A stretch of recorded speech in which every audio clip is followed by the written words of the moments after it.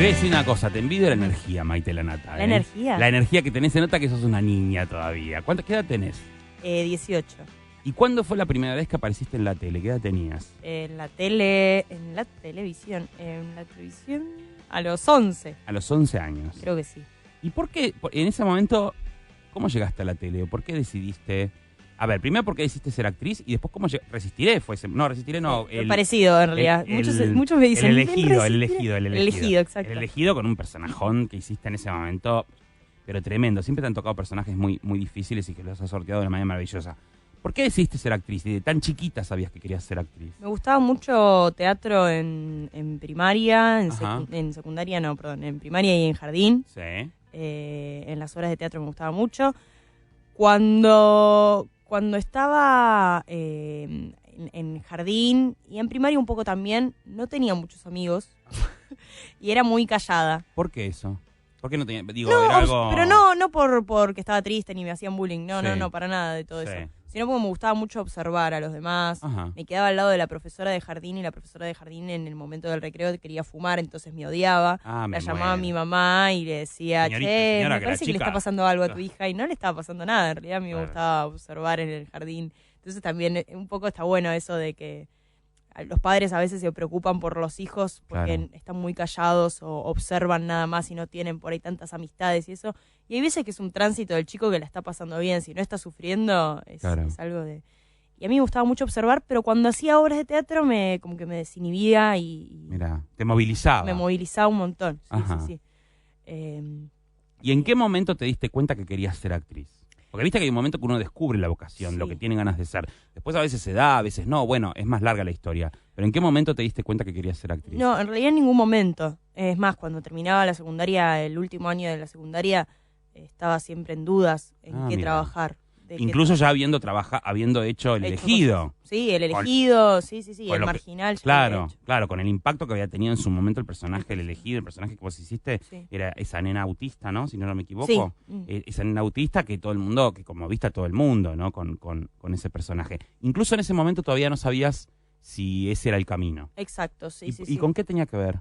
Yo creo que porque soy muy indecisa Ajá. y creo que también todos tenemos muchas vocaciones en realidad. Sí, claro. Entonces me gustaba mucho también la sociología y justamente el último año en mi colegio se tenía que hacer como un trabajo final que era investigar un poco la materia que queríamos estudiar en la universidad. Ajá. Y yo investigué licenciatura en Artes Dramáticas en la UNA y licenciatura en Comunicación Social, perdón, en la UBA. Quería hacer competencia, me muero. Hacer competencia. Quería ser periodista, te daba como Quería ese ser lado. El periodismo también me interesa más por investigación. Claro. Y también porque nosotros los actores somos, les actores, Claro. somos comunicadores sociales. Claro. Entonces me parecía muy interesante la carrera esa. ¿Cómo te llevas con el lenguaje inclusivo? Ahora, a ver, claramente 100 días te debe haber cambiado la vida en un montón de cosas, ¿no? Contame en principio, a ver, que pasó un año desde que te convocaron, porque seguramente te deben haber convocado para los fines del año, a principios de este año, ¿no? ¿En qué sentís que te cambió la vida, Juan? En muchos aspectos. Me abrió muchísimo más la cabeza.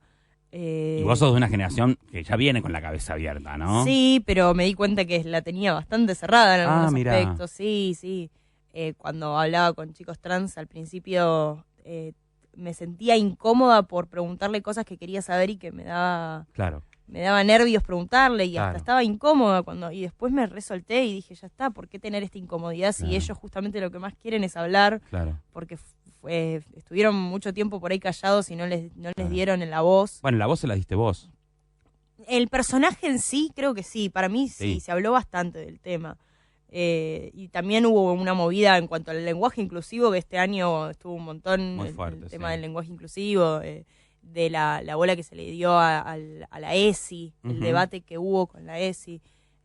Todo eso hizo que un poco también se hable muchísimo más de lo que es la comunidad LGBT.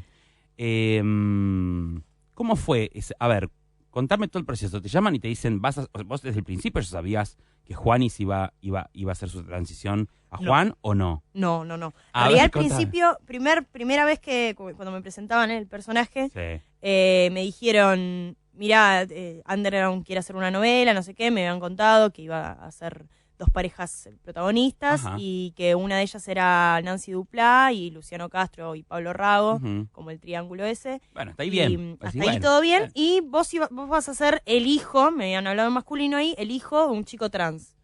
Y yo, qué interesante. Pero después cuando hablamos con AFDA, un poco nos dimos cuenta que... vos ibas, vamos por partes. Sí. Vos ibas a ser el hijo... El hijo.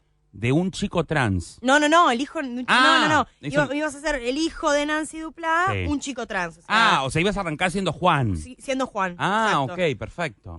Un chico trans directamente. Donde se faja los pechos. Claro, arrancar de movida como Juan. De movida como Juan.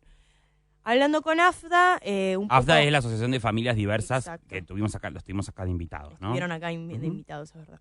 Bueno, hablando con AFDA y un poco también con los autores, con Nancy, con Pablo Culel, fue una reunión de esas que estaba yo muy, muy contenta con el personaje. Ya me había dejado los pelos creciendo, ya lo estaba dejando creciendo, sin saber todavía si iba a aceptar el papel. Está muy bien.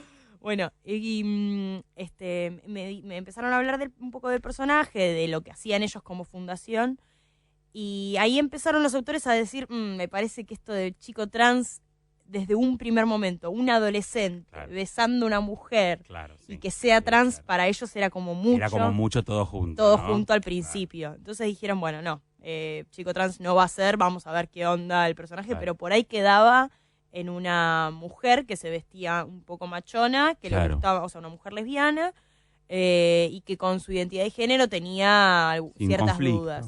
Bueno, el gran acierto, me parece que el gran acierto que tuvo 100 días es ir a fondo.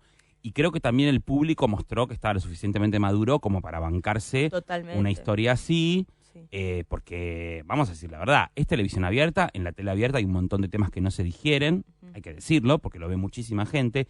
Y de golpe algo pasó con Juan. De golpe algo pasó. Entonces, ahora vamos a ir a esa parte, pero estaban en esa reunión y dijeron, no, que arranque como Juani. Que arranque como Juani, sí, y bueno, a medida que se fue. Y estuvo bueno porque se vio toda la transición gracias a eso. Y también yo creo que hay veces que es necesario visualizar toda esa transición para ver por todo el camino que tuvo que pasar un chico trans para definirse como un chico trans y para estar orgulloso de ser trans. Claro. Todo ese camino se tenía que ver porque hay veces que cuando vos planteas el personaje desde el vamos, muchas personas que desconocen de toda la temática y toda la comunidad LGBT, les es chocante el personaje. Sí, claro, lógico. Por lo tanto, ver la transición le hizo que enseñe muchísimo más. Claro. Y bueno, cuando te dicen esto, vos aceptaste, dijiste, bueno, voy por este personaje. Me imagino que para vos haber sido un gran desafío porque, como vos decís, no solo vos, la mayoría de nosotros no conocíamos mucho sobre la historia de un varón trans. De hecho, hay que decirlo, en Estados Unidos, sobre todo, en donde, no sé si las cabezas son más abiertas, pero se visibilizan mucho más las identidades de género porque los activistas son más intensos o porque llegan a los medios o por la razón que sea, es más común ver varones trans, incluso en la misma televisión. Ahora, acá era algo impensado. Totalmente. Digo, ¿por dónde arrancaste? ¿Por dónde arrancaste vos? ¿Por dónde te empezaste a informar? ¿Por dónde dijiste empiezo a tirar de este hilo? Principalmente con AFDA, le di mucha bola a AFDA, vi películas, documentales, me sirvieron mucho. Sexto Sentido. Ajá. Sexto Sentido es un documental que está en YouTube, que los que están escuchando, si pueden verlo, está muy bueno. Sexto Sentido. Sexto Sentido. Ok. Que un poco me informaba acerca de distintos casos de chicos trans. Y creo que de chicas trans ya no me acuerdo bien, pero me acuerdo que ese panorama que me dio ese video me hizo poder arrancar. Pero lo que más necesitaba era hablar con un chico trans. Claro. Porque sentía que yo, al no estar sintiendo todo eso que sentía un chico trans, necesitaba que alguien me lo comunique, que no sea a través de una fundación, que igual estuvo buenísima la información teórica que me pudo dar. Pero necesitabas la primera persona. En primera persona. Claro. Igualmente después, con el tiempo, me fui dando cuenta que conociendo a cada chico trans, cada uno lo transita de una manera completamente distinta. Bueno, como todos los adolescentes, ¿no? Sí, digamos, o la gente más adulta. Me parece que en un punto, a ver, el despertar sexual para cualquiera es complejo. Para cualquiera. Digo, sea varón, sea mujer, sea trans, no sea trans. Me imagino lo que debe ser en una sociedad tan perjuiciosa como la nuestra, decir, bueno, yo nací mujer, pero no me siento mujer, claro, ¿no? O sea, digo, me parece que lo más valioso que vos mostraste es eso, ¿no? Que pueden haber muchas maneras de sentirse y que cada uno de nosotros tiene que respetar la manera en que se siente el otro. Totalmente. Más allá de digamos, el sexo o el género con el que nació, ¿no? Que me parece que eso es muy importante. Que yo sé que a nosotros nos escuchan muchas señoras que por ahí están diciendo, ¿qué está diciendo Mosquita? Está diciendo una barbaridad. Me imagino todo lo que... A ver, la cantidad de mensajes que te deben haber llegado, ¿no? Sí, impresionante. Mensajes en las redes sociales, me llegaron millones. Uh-huh. Y también por eso estaba bueno que al final de la novela estaba el cartel de AFDA, porque ahí se derivaron muchas llamadas y AFDA estaba muy contento por la cantidad de llamadas. Claro, bueno, es el poder de la tele. Lo que sí. puede la tele no lo puede nadie. Sí. O sea, el poder de la televisión no lo puede nadie. Tuviste esa primera charla. En esa primera charla te sentiste incómoda o por lo menos dijiste cómo arranco, cómo pregunto. ¿Todo esto antes de empezar a grabar o fue en la transición de la grabación? La charla con AFDA fue antes de grabar, por eso y ahí se pudo decidir cómo iba a ser el personaje, que al principio iba a ser Juan y todo eso. Y después a la mitad o antes de cortarme el pelo, ya no me acuerdo bien en qué momento, pero ya avanzada un poco la novela, tuve la primera charla con Lautaro Jiménez, que es ese personaje que hace de Andrés en la novela, y tuvimos varios encuentros.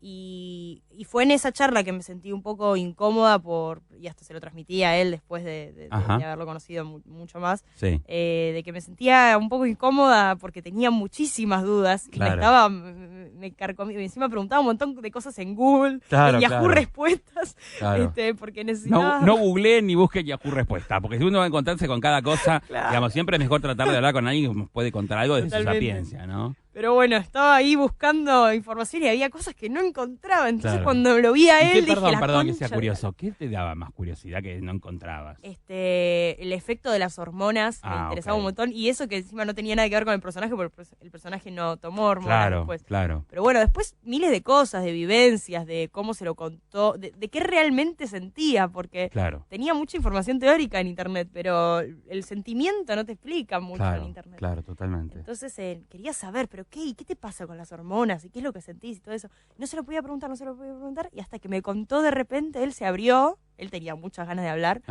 y contó que tomando hormonas se le agrandó el clítoris. Claro. Y yo cuando me contó eso dije, ya fue, listo, empiezo a preguntarle cualquier cosa. Claro, totalmente. ¿Entendés? Cuando ya se abrió de esa forma. Si te cuenta eso, te va a contar absolutamente todo. Y en ese momento, cuando te fuiste a esa primera charla, ¿qué fue lo primero que pensaste? Porque vos tenías una responsabilidad recontra fuerte en esta ficción. Porque si tu personaje no salía bien, probablemente un montón de cosas no hubieran sucedido. Sí.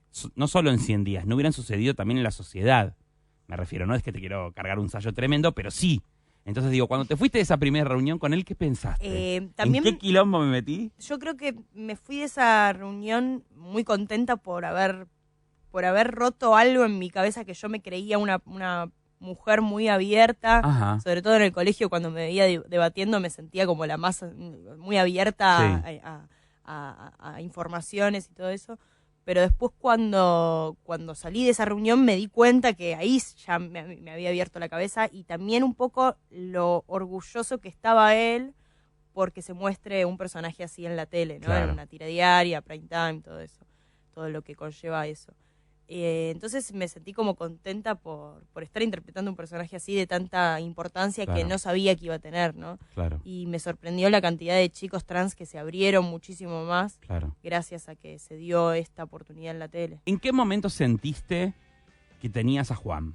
Que lo habías encontrado, que habías encontrado ese personaje. Porque después de la noticia vamos a escuchar algunas escenas muy fuertes, pero digo, ¿en qué momento vos sentiste que lo habías encontrado al personaje? Hay una escena que estoy mirándome en el espejo, previo a corte de pelo. No, previo a contarle a mi mamá, me siento, ya no soy una mujer, me siento un hombre y todo eso. Previo a eso, hay una escena que muchos pensaron que me iba a cortar el pelo en esa escena, pero en realidad no, es que me suelto el pelo y me miro en el espejo como mujer. Y hubo algo que los actores y actrices lo deben entender porque cuando te pasa el personaje por el cuerpo realmente es una satisfacción increíble. En ese momento, cuando me miré en el espejo, me sentí trans. una cosa rara. Qué fuerte, ¿no? No sé si decirlo. O sea, no, pero está bien, te entiendo. Sentí el personaje, realmente sentí que era Juan, sentí una incomodidad con mi cuerpo, con mi pelo, lo sentí. No era solamente una actuación y mirarme en el espejo y hacer como que estoy llorando. Fuerte eso, no, sino que realmente ese sentimiento pasó por el cuerpo y ese llanto que había era llanto de eso, no era llanto de estar pensando en mi abuela muerta. Claro, claro. Qué bueno eso. Llanto de eso. Bueno, porque es interesante lo que cuenta Maite en este sentido. Imagínense lo que es para cualquier persona sentir rechazo por su propio cuerpo.